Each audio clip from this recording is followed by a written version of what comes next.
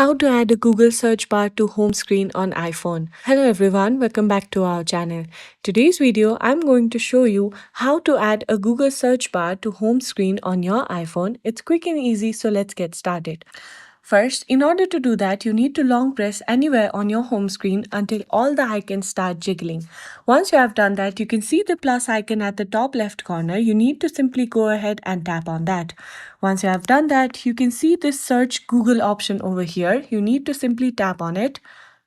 From here, the first one is the smaller widget that only shows the search bar. If you swipe left, you will find the second widget which gives you a quick access to Google Search, Voice Search, Google Lens, and even incognito mode. Once you have decided which widget you want, you need to simply tap on Add Widget. And just like that, you have successfully added the Google search bar to your iPhone home screen. That's it for today's tutorial. If you found this video helpful, please give it a thumbs up, subscribe to our channel for more tech related tips. Thanks for watching and I'll see you in the next video.